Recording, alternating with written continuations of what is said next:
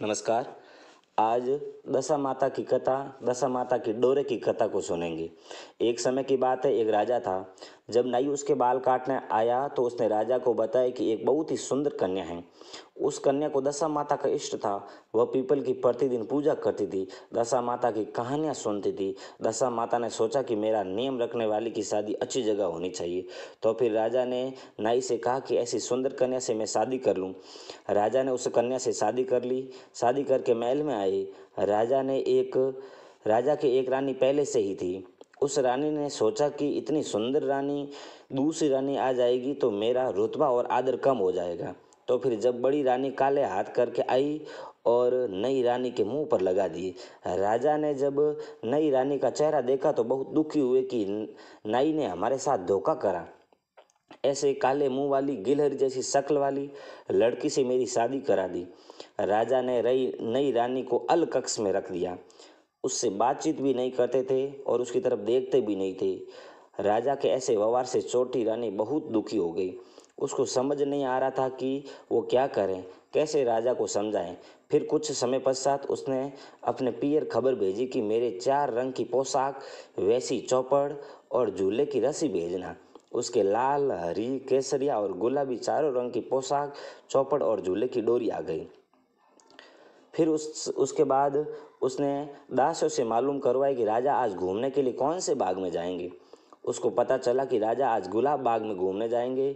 उसने गुलाबी रंग की पोशाक पहन ली, 16 श्रृंगार करा और अच्छे अच्छे जेवर पहन लिए। और फिर वो गुलाबी चौपड़, गुलाबी रस्सी लेकर गुलाब बाग में राजा के आने से पहले ही पहुंच गई। बाग में पहुंचकर उसने गुलाबी चौपड़ बिछा दी और पास में ही झूला डालकर झूलने लगी। राजा बाग में घूमने आए तो उन्होंने उसे देखा और सोचने लगे कि कितनी सुंदर राजकुमारी ये झूला झूल रही है। रानी ने पूछा, चौपड़ खेलें? राजा ने हामी भरी।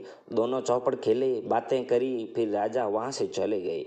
राजमहल जाते समय राजा मन ही मन विचार करने लगे कि ऐसी सुंदर कन्या तो अपने महल में होनी चाहिए। राजा के महल आने से पहले ही छोटी रानी दासियों की मदद से राजमहल आ जाती है। अब दूसरे दिन रानी ने पता कराया कि राजा कौन से वाले बाग में जाएंगे। रानी को पता चला कि राजा हरियाली बाग में जाएंगे। उस दिन रानी हरी पोशाक पहनकर, 16 श्रृंगार करके, हरी चौपड़, हरी रस्सी लेकर दासियों के साथ में लेकर बाग पहुंच गई। चौपड़ बिछाया, झूला लगाया, झूलने लगी। राजा के आने पर दूसरे दिन भी वो पूछती है, चौपड़ खेलें? राजा कहते हैं, हाँ खेलते हैं।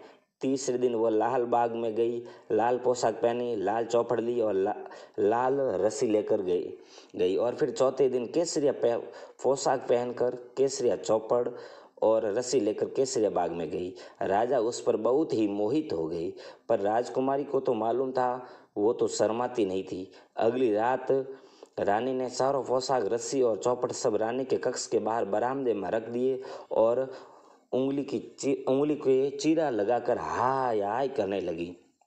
राजा को तो पहले से ही नींद नहीं आ रही थी और वह हाय हाय कर रही थी, तो उन्हें तो बहुत ही गुस्सा आया और वो बोले कि आज इस काले मुंह वाली को तलवार से मार डालूं, इसका किस्सा ही खत्म कर देता हूँ। गुस्से से भरे हुए राजा उसके कक्ष की तरफ गए। उसके कक्ष के बाहर राजा क्या देखते हैं, चारों रंग की पोशाक, चौपड़ और रस्सी पड़ी है। राजा को ये सब वहाँ देखकर सोचने लगे कि ये सब तो उस राजकुमारी के हैं। वो सोचने लगे कि ये सब यहाँ कैसे आ गए। जब राजा कक्ष के भीतर पहुंचे तो रानी को देखकर बहुत ही आश्चर्य होता है। राजा रानी से कहते हैं कि आप यहाँ? रानी कहती है हाँ। फिर राजा कहते हैं कि रानी आपने हमें धोखा दिया है। रानी कहती है मैंने आपको धोखा नहीं दिया है, आपने मुझे धोखा दिया है। राजा कहते हैं कि तुम्हारे चेहरे पर तो गिलहरी की तरह काली लकीरें थी। रानी कहती है कि वो तो आपकी बड़ी रानी ने मुझे प्यार करते समय लगा दी थी। उसको लगा होगा कि मेरे आने से आप उसको कमे नेति कर देंगे, मतलब उसको महल से निकाल देंगे। छोटी रानी फिर बोलती है कि मेरे तो दशा माता का इष्ट है, जो दशा माता ने मेरी लाज रख दी, वरना मुझे तो मरना पड़ता। राजा कहते हैं कि रानी आप पूरी बात पहले ही बता देते तो आपको और हमको इतना दुख नहीं देखना पड़ता।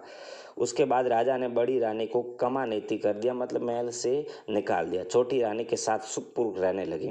हम भी दशा माता से यही प्रार्थना करते हैं, हे दशा माता, जैसा दुख छोटी रानी ने झेला वैसा दुख किसी को झेलना नहीं पड़े। जैसी कृपा आपने छोटी रानी पर करी वैसी कृपा आप हम सब पर करना, और जैसी लाज आपने छोटी रानी की रखी वैसी लाज हम सब की रखना। बोलो दशा माता की जय।